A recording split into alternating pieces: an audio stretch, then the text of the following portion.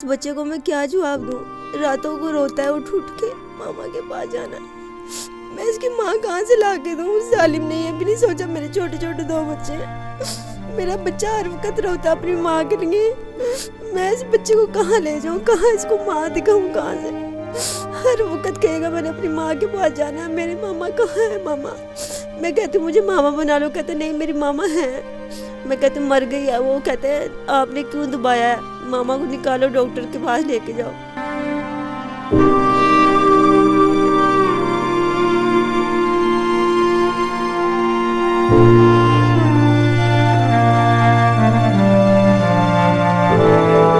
मेरा पाकिस्तान की वीडियोस को देखने के लिए चैनल को सब्सक्राइब कीजिए और बेल आइकन को क्लिक करना मत भूलिए ताकि आपको हमारी तमाम आने वाली वीडियोस बआसानी मिल सकें। अस्सलाम वालेकुम। मेरा पाकिस्तान के साथ मैं हूं अब्दुर्रहमान अवान। और नाज़रीन, आज इस वक्त मैं गुजरांवाला में मौजूद हूं जहां पर मेरे साथ एक बेटी के वालिदैन मौजूद हैं और उस बेटी का एक छोटा सा अनमोल तोहफ़ा एक उसका बेटा मौजूद है। आज से 2 माह कबल एक बेटी को उसके ससुराल वालों ने बेदर्दी से कत्ल कर दिया। उसका जो हस्बैंड था, जो उसका शोहर था, वो नशा करता था और इस हद तक करता था कि घर में रोज़ लड़ाई झगड़ा होता था। इस सब से तंग आकर बीवी ने एक दिन शोहर के साथ इस सारे मामले को हैंडल करना चाहा, लेकिन वो जो जाहिल था उसने उस बच्ची के साथ क्या किया, किस तरह से उसको कत्ल कर दिया बेदर्दी से। मज़ीद मैं चाहता हूँ कि इनके वालिदैन से जानते हैं और आज इन्हें वो जो मुलजिम है उसके बारे में क्या बताया जा रहा है, पुलिस किस तरह से कोऑपरेट कर रही है, मज़ीद इनसे जानते हैं। अस्सलाम वालेकुम। वालेकुम अस्सलाम जी। क्या नाम है आपका? तनवीर जी। तनवीर साहब, ये बताएं कि ये मामला जो है ये किस तरह से हुआ, आपकी बेटी को किस तरह कत्ल कर दिया गया? ये जी हम पहले तो वो ना छोटा घर में वो मारता था, वो किसी को बताती नहीं थी, सब्र वाली थी, वो इग्नोर करती थी, हमें कहती थी कि इतने पैसे भेजो।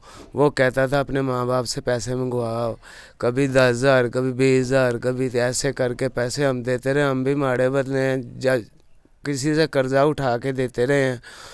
बाद में उसने ना एक दिन देखा वो नशा करने लग गया था, तो उसने उसकी माँ को बता दिया। आपकी बेटी ने अपना शोहर का बता दिया? उसकी माँ को बता दिया। उसकी माँ ने वो उसके भाइयों में, पूरे ख़ानदान में, वो उन लोगों में बात फैल गई। तो इस गुस्से में उसने कहा है तूने मेरी इज्जत नहीं छोड़ी कहीं पे, सारे घर वालों को बता दिया ये वो। तो घर में उसको उसकी माँ नहीं मारने देती थी, कुछ कहने नहीं देती थी। उसे कहता है चलो, हम गए थे मैं और मेरा बेटा अपनी बेटी को मिलने। उसने कॉल की था मुझे मारता है, हम गए हैं। तो वो कहता है रास्ते में मेरी बहन का घर है, आप हमें रास्ते में ड्रॉप कर देना। हम जा रहे हैं तो वो ना रास्ते में वो खुला सुनसान सा इलाका है, उधर उसने कहा है इधर गाड़ी खड़ी करो। गाड़ी खड़ी की है उसने, वो निकाला है, उसे खींच के निकाला है धक्के से, वो नहीं उतर रही थी, निकाल के। तो उसने कहा तूने मेरी इज्जत नहीं छोड़ी, मुझे किसी को मुंह दिखलाने का नहीं छोड़ा, इसलिए मैं तुझे मार दूंगा। वो हमने कहा ऐसे तो नहीं ना कोई मार सकता है, किसी को जान लेनी इंसान की कोई छोटी सी बात थोड़ी है। तो उसने कहा ना तू क्यों मुझे मारेगा, मैं तो तुझे समझा रही हूँ, तेरी ज़िंदगी बचा रही हूँ, तू मुझे ही मारेगा। ये कहते हुए उसने फायर किया एक उसको। अच्छा, और कौन कौन था वहाँ पे उस वक्त? वो उस वक्त मैं था, मेरा बेटा था और मेरी बेटी और मेरा वो जो था दामाद था। ठीक है। तो उसने फायर मारा उसे, तो पिस्टल हमारी तरफ कर दी। हम बेटे को कहता है इधर से भाग जाओ वरना आपको भी मार दूंगा जान से, आपकी बेटी को भी जान से मार दूंगा, और ये साथ नहर है इधर तुम्हारी लाशें गिरा दूंगा, किसी को पता भी नहीं चलेगा। हम फ़िलहाल तो डरते छुपते छुपाते हम गए हैं थाने जाकर। अच्छा, आपकी बेटी को 6 गोलियां मारी गई, ठीक है। उस दौरान आप कहाँ पे थे? गाड़ी में थे, बाहर निकले, क्या कर? उधर ही थे ना, पहले जब उसने गोली मारी है ना, हम उधर ही थे। तो उसने उसको एक गोली मार के हमारी तरफ कर दिया ना पिस्टल। उसने कहा अगर आपने किसी को बताया या आपने शोर मचाया, किसी किस्म की बात की, मैं आपको मार दूंगा जान से, भाग जाओ यहाँ से। हम डर गए, पिस्टल था उसके हाथ में, वेपन था। जारी बात है, जान किसको नहीं प्यारी होती है। हमने बेटी को उठाना चाहा, उसने कहा खबरदार अगर पास भी आए तो तुम्हें मार दूंगा, शूट कर दूंगा। हम छुपते छिपाते, हमें पता नहीं था उधर थाने वगैरह का। हम किसी से पूछते पूछाते छुपते छिपाते थाने गए। उन लोगों को हमने बताया, वो आए, उन्होंने देखा बॉडी, उन्होंने बरामद की है। बरामद करके तो वो उन्होंने पोस्टमार्टम के लिए भेजा हमें। फिर हम गए हैं पोस्टमार्टम कराने के लिए। वो उधर रिपोर्ट हुई है, वो एक्सरे वगैरह सारा कुछ हमारे पास पड़ा है। तो वो जो है उसका घर वाले वो कहते हैं जी हम वो जो मरने वाली थी वो तो मर गई है, छोटा सा बच्चा है, 3 साल का बच्चा है। जब ये बात बताता है, अच्छा ये उनका बेटा, इसका इससे छोटा भाई भी है 1 साल का। ये आपको बताता है क्या मामले हुए थे घर में, या बोलता है? बताता है ये सब मामला, बता कहते हैं घर से मामा को लेके आए पापा, और ना पापा ने ना पिस्तौल निकाल के मामा को ठा करके मार दिया। कहते हैं मामा गिर पड़ी थी। मैंने कहा कैसे गिरी? तो इस तरह करके बताता, मामा ऐसे गिरी थी। ये बच्चा साथ था तब? जी साथ था, ये बच्चा साथ था, सब कुछ बताता है कैसे हुआ, किस तरह झगड़ा हुआ। अस्सलाम वालेकुम, इसे ज़रा इस साइड पे कीजिए। बेटा क्या नाम है आपका?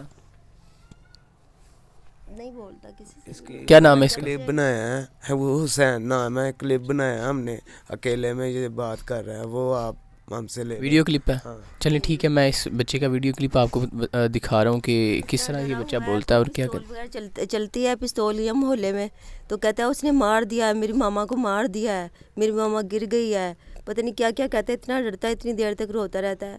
हम लोग लुट गए हैं, हम लोग बर्बाद हो गए हैं। मेरी जवान बच्ची, छोटे छोटे बच्चे हैं, इस बच्चे को मैं क्या, छोटे छोटे बच्चे हैं, इस बच्चे को मैं क्या जवाब दूँ? रातों को रोता है उठ के, मामा के पास जाना है। मैं इसकी माँ कहाँ से ला के दूँ? जालिम नहीं है, भी नहीं सोचा मेरे छोटे छोटे 2 बच्चे हैं।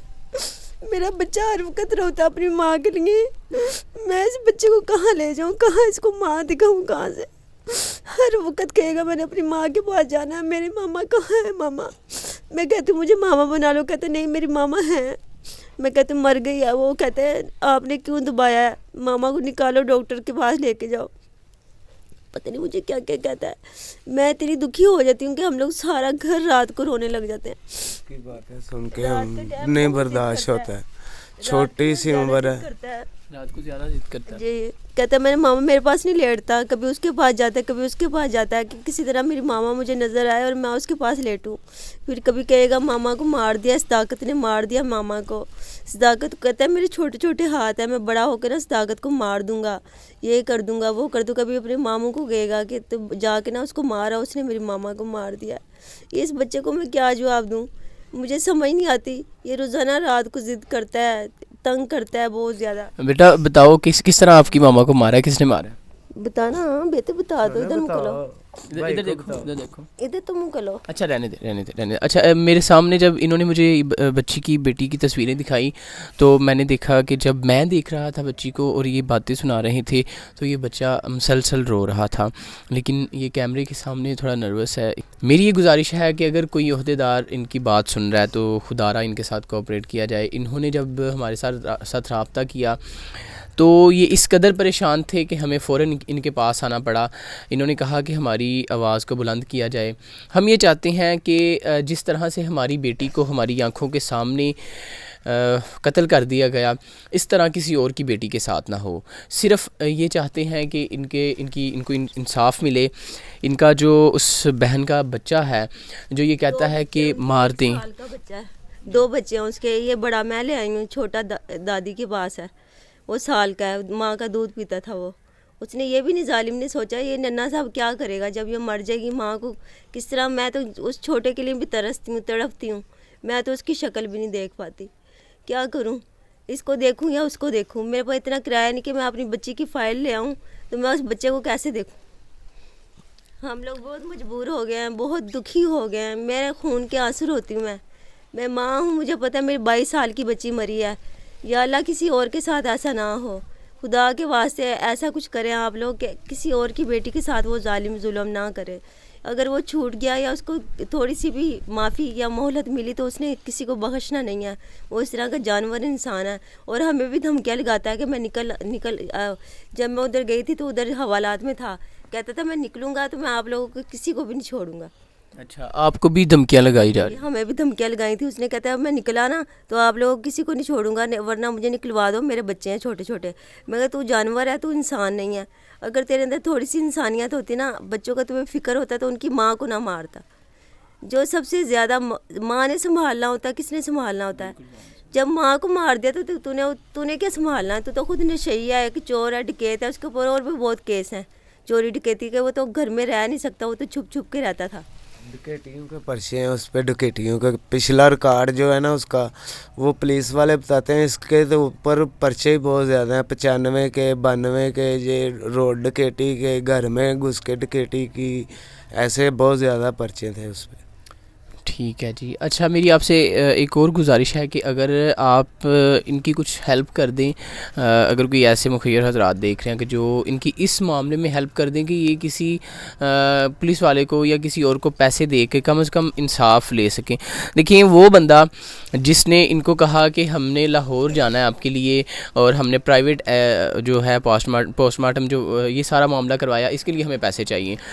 अब ऐसे लोगों से इंसाफ लेने के लिए ज़ाहिर है पैसे की ज़रूरत है, और इनके पास तो पैसे इस लिए भी नहीं हैं कि ये इससे छोटा जो बच्चा है उसको मिल सके।